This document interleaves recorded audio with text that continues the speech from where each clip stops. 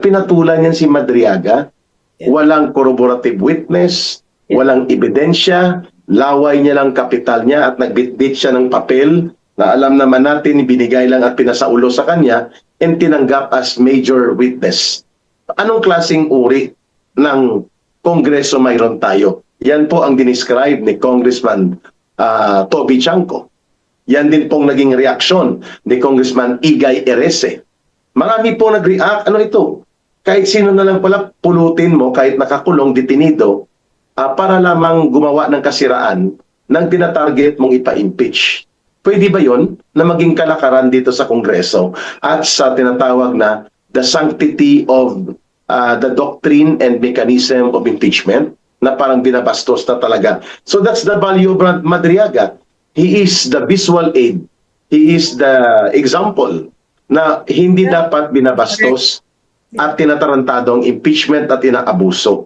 The way it is being used right now by Marcos and Romualdez and their gang of maleta criminal syndicates of corrupt public officials. At pangalawa, ma'am, na nakita ko doon na implications sa tinanong mo, it will galvanize the public opinion na totoo pala na si Vice President Sara Duterte ay wala namang pananagutan, kundi sinisira lang talaga siya.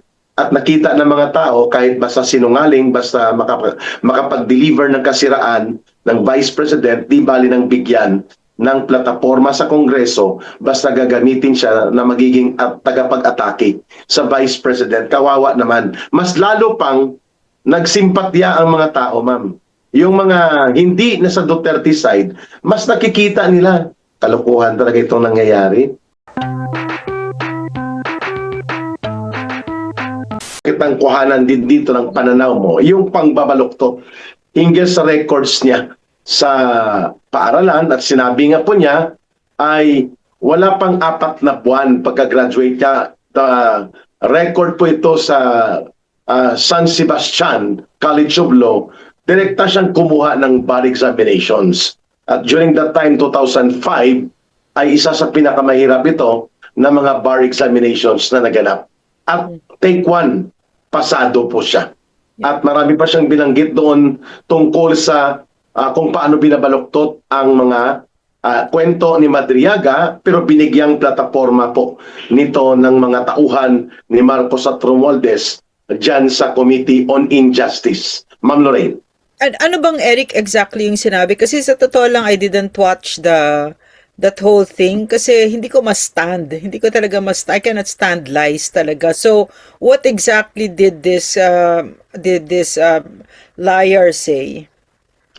Ang binanggit ni Madriaga, ma'am, doon sa kanyang plataforma sa Kongreso sa Kangaroo Court nila Luistro ay si Vice President Sara Duterte daw sakit sa ulo ng kanyang tatay dahil nga hindi matino sa paaralan, bayolente, at mayroon po siyang problema sa kanyang academic performance sa school.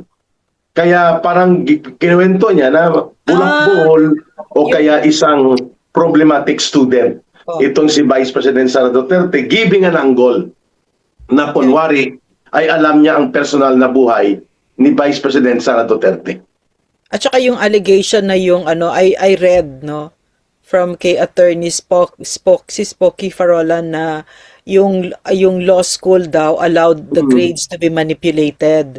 The grades, so this is a serious allegation as it turns out. No? And then yung accusation then that the Philippine bar exams were rigged. No, is also an accusation, serious accusation against the Supreme Court, 'di ba? Kasi sila yung ano niyan 'di ba? So dapat itong mga sinasabi ni Madria talagang watching it yesterday, the reels, the reels na napanood ko. Ang pumapasok sa isip kasi nakikita ko ang daming tao mga empleyado 'yon ng Pilipinas, mga empleyado ng Kongreso 'yon. So much was being spent on this travesty, Pero ang hinarap ninyo sa amin, kidnapper, kriminal, na hindi man lang maipagdikit-dikit yung mga kwento niya ng maayos. Isang malaking insulto sa Pilipinas ang ginawa ng Kongreso ni Bongbong Marcos. Ang author niyan ay si Bongbong Marcos, obvious ba? Of course. Bongbong Yeah. Marcos, hindi kami tanga. Alam namin ikaw yung nandito. Ikaw ang tanga, gago. Kala mo na ikaw yung nakakalusot dito, 'di ba? Ikaw 'yan. So tinitignan ko, no, ang daming empleyado ng Kongreso. Papakainin mo 'yan, no? Sumisweldo 'yan, may merienda sila. It was an entire day, I suppose, no? Yeah. And then for what? 'Di ba? For this travesty. While millions of Filipinos are losing their jobs, struggling to keep their head above water, no, this Bongbong Marcos, this drug addict there, yan ang kanyang pinupuntirya. Ang Vice President kailangan matanggal na sa presidential running para siya na yung tumagal siya sa pwesto. So itong kamalasan ng Pilipinas na yan ang nakaupo, no, he has made all of this bullshit possible. Kasi naman, no, how can you blame, for instance, yan sila Luistro? Ang buhay nila ay it's in danger right now kasi tumanggap sila ng maleta. No, Of kapag course. kasi Inday na ang presidente, hahabulin talaga sila ni Inday. No, they really are fighting for their lives. Itong mga crocodile na ito, itong mga magnanakaw na yan, nakasama dyan, no, lahat sila. Hindi ko nga napanood kaya hindi ko talaga ma-stand, no. So yan, they really are fighting for their lives, 'di ba? So kailangan gawin nila yan, yung kalokohan na kababuyan na yan, na ang ihaharap ninyo sa amin, a person who kidnapped Filipinos, Chinese businessmen, tortured them, murdered even, there are allegations of murder. Yan ang hinarap ninyo sa amin, 'di ba? Kasi I was asking the lawyer, no, yung lawyer friend. Why is it I keep on hearing yung credible witness? As it turns out, it's a legal term pala. Dapat bago kang humarap dyan, dapat bago din yung hinarap sa korte yan, dapat tinignan nyo, credible ba tong witness na to? Di ba?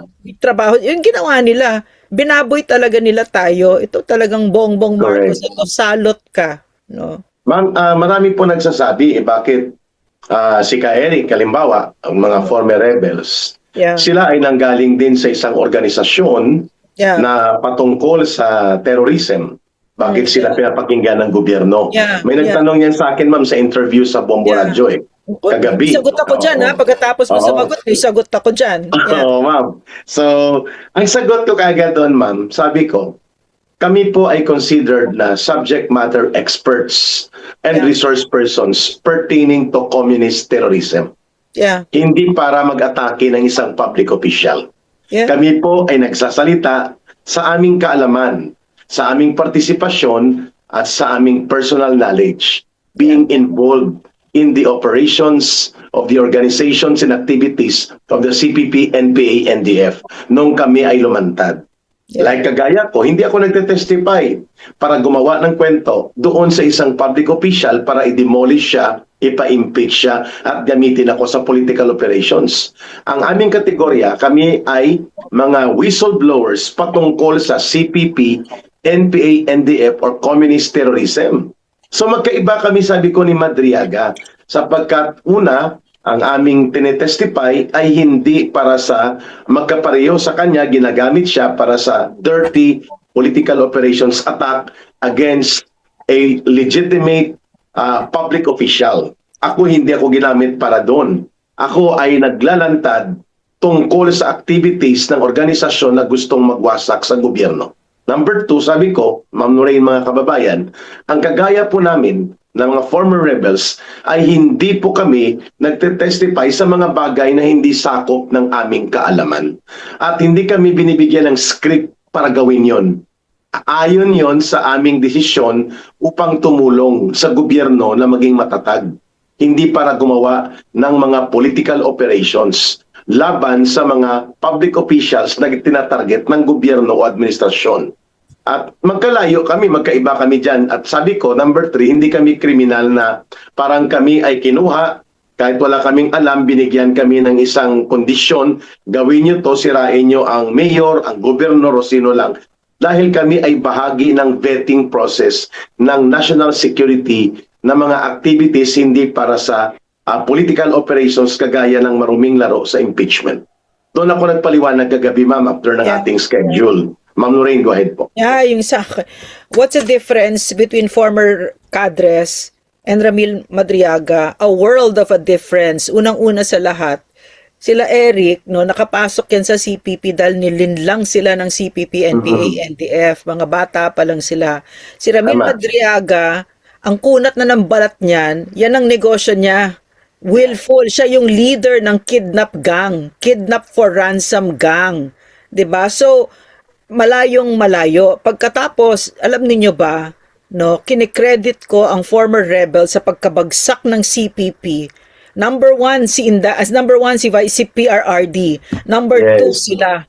Kung hindi dahil sa kanila, hindi na pabagsak ng Thank you, ma'am. NTF-ELCAC, ang CPP, NPA, NDF. They shone a light in the dark. Dahil sa kanila, marami tayong nalaman, no, na kasinungalingan ng CPP, NPA, NDF, pati lahat ng information na alam nila, matataas ang ranggo nila sa loob ng CPP. So yung pagbaliktad nila ay ang pagbayad nila sa mga utang nila sa lipunan. Eto si Tama. Ramil Rodriguez, Ramil Madriaga. Ramil Madriaga. Rodriguez, sino kaya yun? Si Ramil Madriaga. May artista bang ganun? Si Ramil Madriaga, ang sabi ng BJMP asset, bakit ba niya natin, no? Bakit ba yan nagsasabi ng ganyan? Kasi pinangakuan yan ni Bongbong Marcos sa mga through his alipores na sila Asidre, yan, sila Trillanes ng presidential pardon. Kaya niya ginagawa yan. Ito sila, anong ipinangako namin? Na magbabago ang buhay nila, na magtutulungan tayo at dahil sa kanila na nabagsak. Kaya nga ang tigas ng mukha ko kasi alam ko totoo yung sinasabi nila, Carol Aurelio, CPP ka. Yes. Dahil sila mismo nagsabi, mga kasama nila, di ba? So, Tama. ang layo-layo ito, ang sinasabi nila yung katotohanan, ito si Madriaga, puro kasinungalingan. Ito nga, yung level ng information na binigay nila Eric ng former cadre, pulido. First class talaga. First class na sinasasabi niya talaga yung organizational structure ng CPP na, alam mo yung organizational structure na yan, ulit-ulitin, ilang beses ko na yan narinig, pero kailangan kong ulit-ulitin, kaya ko inuulit-ulit. No? So, sa madaling salita, sila Eric, yung mga former cadres, no, na dati ay nawala sa landas, bumalik na. Ito, ano yan? 'Di ba? Ano yan? Magbabago ba yan? Tingnan mo yung kawalang yan ni Bongbong Marcos, ha? Yung presidential pardon na yan, ibibigay niya sa isang kriminal na nangdukot ng mga Pilipina na nagtatrabaho lang ng tahimik. And he gave grief to so many families. Karahasan para sa pera. Pero ibibigay ni Bongbong Marcos ang presidential pardon.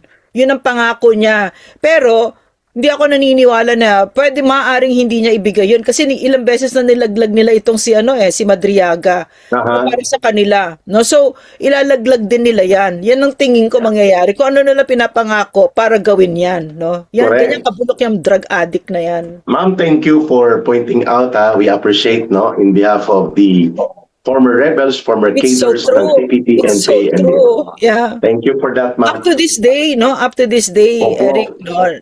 And in fact, parang when I'm reading the news, for instance, no, or mga comment na ganyan, I can really see that my eyes are open because of what the former cadres have given me that information na hindi pa nakikita ng mga kababayan. Ako nakikita ko na yung CPP sa mga galaw nila eh. Pero sila hindi pa nila na nakikita, di ba? So that's the blessing and the curse. Kasi you see, oh my goodness, it's the CPP again, di ba? So malaking bagay yun na hanggang ngayon, no? Hindi na ang utak na bumukas na, hindi na magsasaradong muli. Tama. Hindi po kami, ma'am, ginamit ng government para magsagawa ng special political demolition job in favor of the administration in its dirty political operations. Kagaya ng ginagawa ni Marcos at ni Romualdez para manatili sa poder, pagtakpan ang kanilang pangungurakot, ang kabulukan ng kanilang gobyerno, atakihin namin ang Vice President o sino paman. Hindi po ganun ang aming kategorya. Tama doon si Ma'am Doreen. Kami po ay kusang loob na sumama sa gobyerno para labanan ang pinakamalala o isa sa pinakamalala na salot na nagwasak sa lipunan. Si Madriaga po, ginagamit siya ngayon para wasakin ang demokrasya, wasakin po ang stability ng ating gobyerno sapagkat ginagamit siya para proteksyonan ang kapangyarihan ng magnanakaw at mandarambong na gobyerno at gamitin sa isang operations kagaya ng impeachment proceedings upang mag-intriga laban sa Vice President. Magkaiba po yun. And tama ang binanggit ni Ma'am Lorraine na si Madriaga po ay ang balak niya makaiskapo sa kaso niyang kriminal. Kami po handa kaming harapin ang aming pananagutan at pagbabago. Si Madriaga handa po siya magsinungaling para makakuha ng pabor at malulusutan niya ang kanyang krimen, lalo na po itong pagiging pinuno ng Kidnap for Ransom Group. Kaya ma'am, lumabas itong isang line niya at kanina ko lang din nakita, ma'am, no, bago tayo magsimula, kuhanan kita ng reaksyon dito, Ma'am Lorraine. Sabi niya, ginamit ako ng Vice President at ng mga tauhan nila, even ng mga Duterte, dahil hinabol ako ni Harry Roque dahil may ibinulgar ako sa kanya.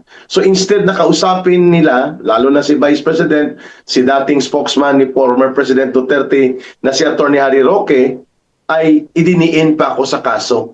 Parang inilaglag ako. So iniugnay niya si Vice President Sara Duterte doon sa naging abogado na mga profesional na kondukta ni Atty. Roque dahil nagkaroon si Atty. Roque ng kliyente o mga kliyente na biniktima nila sa kidnap for ransom. Yun ang nais niyang ipariglo daw kay Sara Duterte dahil daw hindi totoo yun.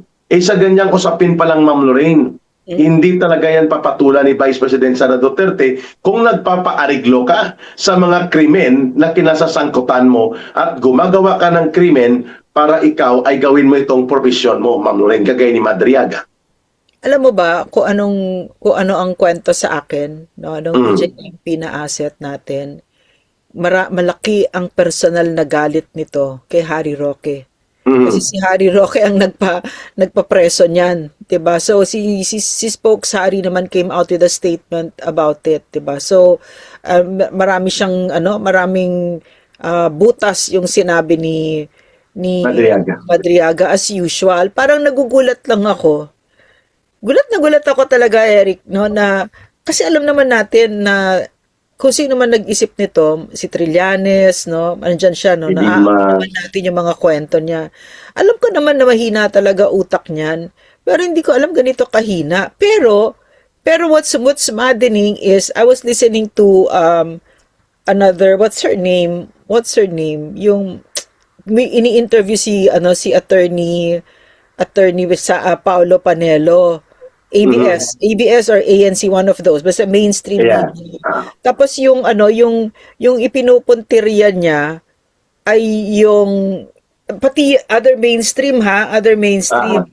Ang ipinupuntirya nila yung birthday greeting, yung ganon ang slant, no, na at bakit daw hindi nag-show up si Vice President, no, natatakot ba daw siya, parang hindi ba niya feeling na she owes the Filipino people to an appearance. On the contrary, she owes the Filipino a non-appearance because baboy itong mga ito. And it is a travesty. Why will you dignify a travesty? Buti kung si Sara Duterte lang siya. She's the Vice President of the Republic of the Philippines and she has to give dignity to her office, and it's according to the law also. It's in accordance with the law. Yeah, diba? correct. Pero alam mo, Eric, naalala ko yung sinabi ni Attorney at Paolo Panelo na buti na lang hindi nag-TRO ang Supreme Court. Kasi pinapanood nila ito no? Pinapanood nila itong travesty na ito, itong Diyos ko, ano ba to? Diba, I can't even find the words for that thing that we saw yesterday, except maybe dog poo. That dog poo that we watched, the dog poo. Parang parang they're watching it and it's good, no? It's good that they're watching it, no? Na at some point, no? Pagdating na ng tamang panahon, may lalabas na yung nila. Yeah. Ma'am, puntahan natin yung ratings. May nakita ko tatlong videos sa YouTube na pinakalat. Hindi ko kilala sino nagpo-post. Nag-greet si Vice President Sara Duterte kahit sa mga market vendors Oo. na humingi sa kanya ng greetings. Yeah. Hello kay nanay ganito, happy birthday sa iyo. Alam natin na yon ay bahagi po ng kanyang pagiging malapit sa sino mang lumalapit sa Office of the Vice President na makakuha man lang ng kasiyahan na i-greet niya, but it does not follow na yon ay tauhan niya o yun ay kanyang staff o yun ay kanyang bahagi ng kanyang mga organizational activities. May isa siyang ginag-greet siya, ma'am, I think community leader dito sa area ng Central Luzon. Hindi niya rin malamang, hindi niya personal kilala ito, inilapit sa kanya, parang leader ng mga kababaihan. Nakikita ko yung video, yung mga video clips. So ang kuha ko dun sa posting na anybody can request a greeting from the Vice President. Kahit naman ikaw eh. May mga Opo. humihingi na birthday, kilala mo ba sila? Yung mga nagpapa-video greet sa'yo? Oo, di ba? Hindi. Alam mo, Eric, ha? You think it's ridiculous, di ba? You think, because obviously, she's a politician, di ba? Obviously, people will want that video greet, but this is where the billions in media operations na may mga namaleta ni Marcos comes in. Because my friend called me up, napakatalinong babae nito, like genius level, highly successful entrepreneur, etc. And she doesn't like Marcos because yung business niya nag-tank nung si Marcos. Also because she's a wonderful person, very compassionate, and she hates ko ano nang ginagawa ni Marcos sa mahihirap, di ba? So, anyway, she calls me up and worried siya. She said, I saw a video greeting of of the Vice President greeting Ramil Madriaga. Until I told her, so what? She's a politician, and look at this, oh. Ang dami kong ginigreet, oh. Ganyan. So, and then that was when lang it entered her mind. So sa madaling salita, dito mo makikita kung saan pumupunta yung bilyon. Ito yung kung bakit nung nanalo yung bangag na yan, agad-agad si Martin Romualdez ang binili niya ay ang media. At kung bakit sila hanggang ngayon nagbabayad ng mga vloggers na yan at saka yung media na mainstream media ng bulok na yan para ulit-ulitin at yung framing na ganyan. Kasi may mga tao na kahit na sobrang talino, pag yan ang ipakita mo, meron na siyang, alam nila, no, na may legitimate, ABS-CBN, it seems like it's a legitimate, di ba? But no, ABS-CBN is paid, it's so corrupt. This is corrupt media.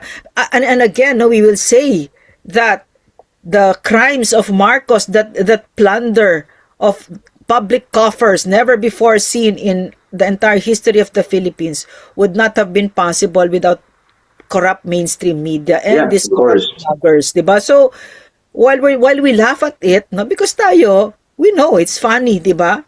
Kasi we don't listen to mainstream media. Hindi ko pinapanood yan, no? Wala, hindi.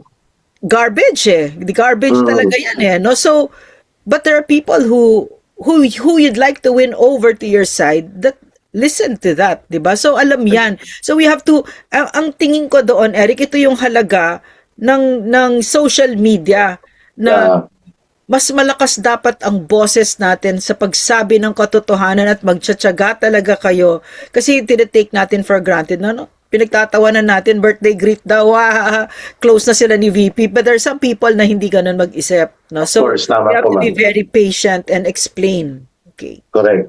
At napagtanto ko rin yan, Ma'am Lorraine, no? Tayo, ma'am, aminin man natin sa hindi, tayong dalawa, to a certain degree, I considered po tayo na public figure, celebrity. Yun po ang tawag niya. Akala ko kung celebrity artista. Huwag naman celebrity, ayoko ng celebrity. Pero sa court, ma'am, yun pala talaga ang kategory niyan. Oo, sa definition ng court, pwede kang i-consider as a celebrity or public figure. Sinabi sa court? Sa court, ma'am, oo. Sa hearing natin.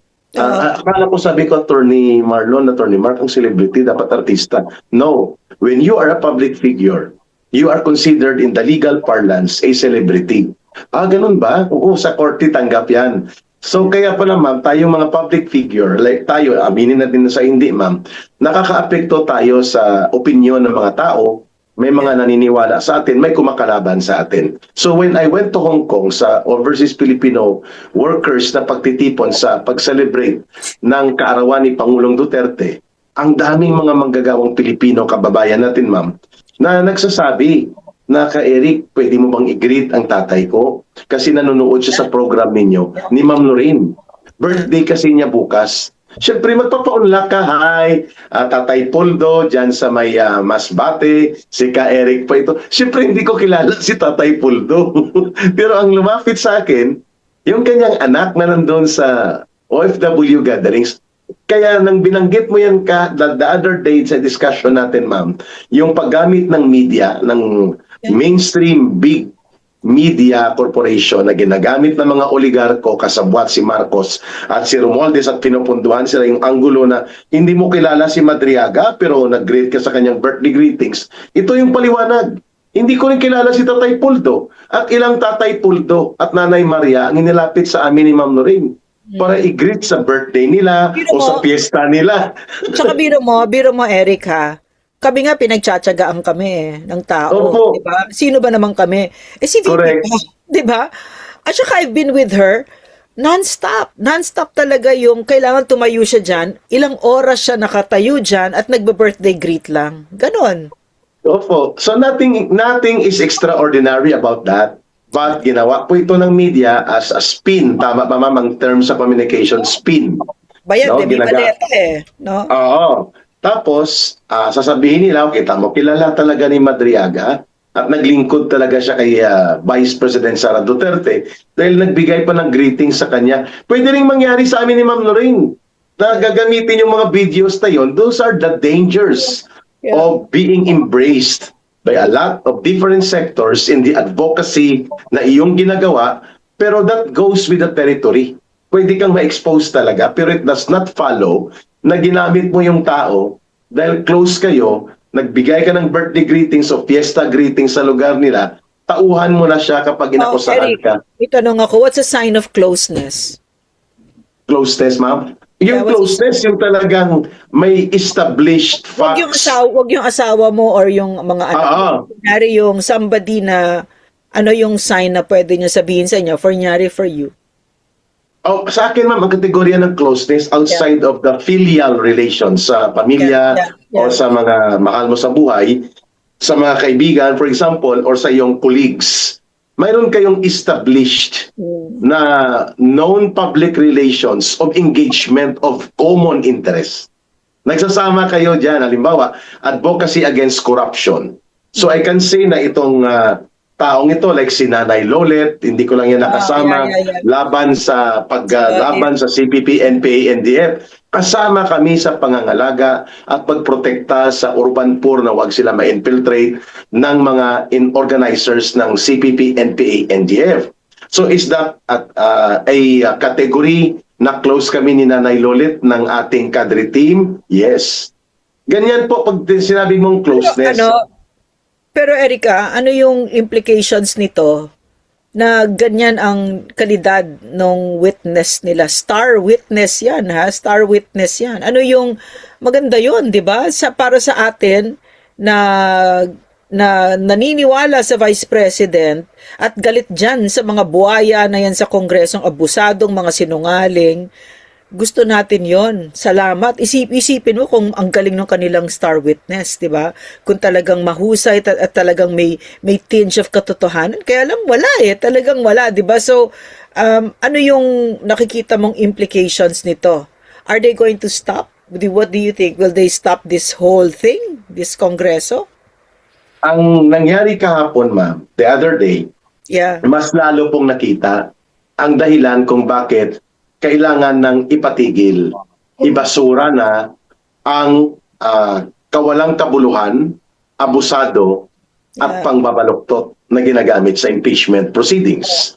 Mas lalong nakita dahil kung hindi po yan ikokontrol at lilinisin ang pamamaraan ng pag-exercise ng impeachment proceedings, you will have criminal elements like Madriaga who are going to be used by way of money and favor upang gamitin po na bastusin ang proseso ng impeachment.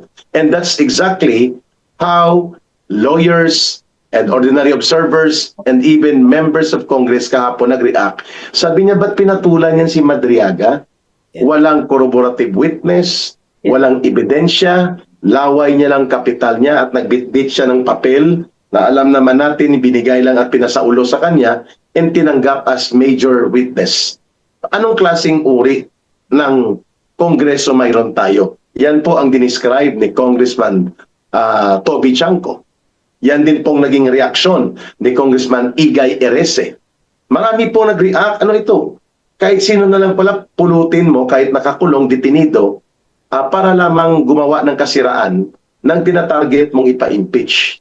Pwede ba yon na maging kalakaran dito sa Kongreso at sa tinatawag na the sanctity of the doctrine and mechanism of impeachment na parang binabastos na talaga? So that's the value of Brad Madriaga. He is the visual aid.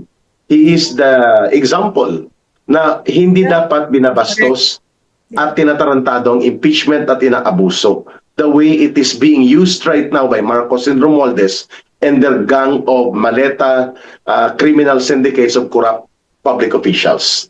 At pangalawa, ma'am, na nakita ko doon na implications sa tinanong mo, it will galvanize the public opinion na totoo pala na si Vice President Sara Duterte ay wala namang pananagutan, kundi sinisira lang talaga siya. At nakita ng mga tao, kahit basta sinungaling, basta makapag-deliver ng kasiraan ng Vice President, di bali ng bigyan ng plataforma sa Kongreso, basta gagamitin siya na magiging tagapag-atake sa Vice President. Kawawa naman. Mas lalo pang nagsimpatya ang mga tao, ma'am. Yung mga hindi na sa Duterte side, mas nakikita nila, kalokohan talaga itong nangyayari. Pwede ka palang maging witness para sa isang operations na ang layunin ay magwasak ng pagkatao ng isang public official. Ma'am Lorraine. Yeah, kasi may pinag-aralan ka tapos maniniwala ka sa ganyan. Yeah. Or kahit wala kang pinag-aralan, no, may utak ka, maniniwala ka sa ganyan. At saka nakikita ko, yung kagandahan dito, no, yung tungkol kay Ramil Madriaga, they're all on the same level na magkahalintulad sila ni Bongbong Marcos, no, na napakasama na star witness nito. Para napakasama na president na si Bangag kasi, 'di ba, si Bongbong Marcos kasi wala nang debate, the worst ever.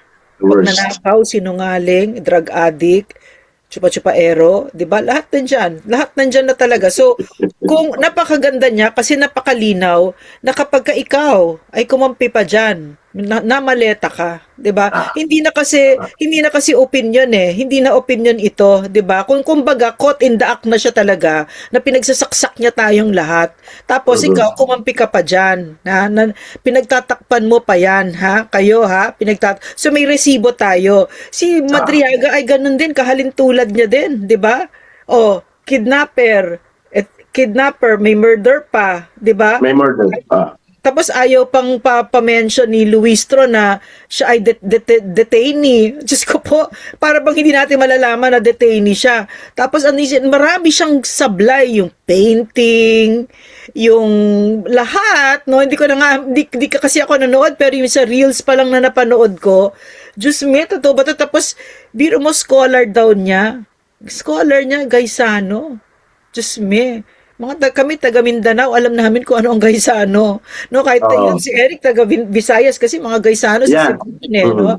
They're called the Ayalas of the South, no? So, correct. Biro mo naging scholar daw niya 'yon. At saka biro mo, kidnapper, murderer ay may mga scholars o 'di ba ibang klase, 'di ba? Tapos may paiyak-iyak pa. So, I mean, ang sama talaga. Ang sama, but I'm confident. I'm very confident na they're going to find impeachable si Inday, tapos aabot ito ng Senado.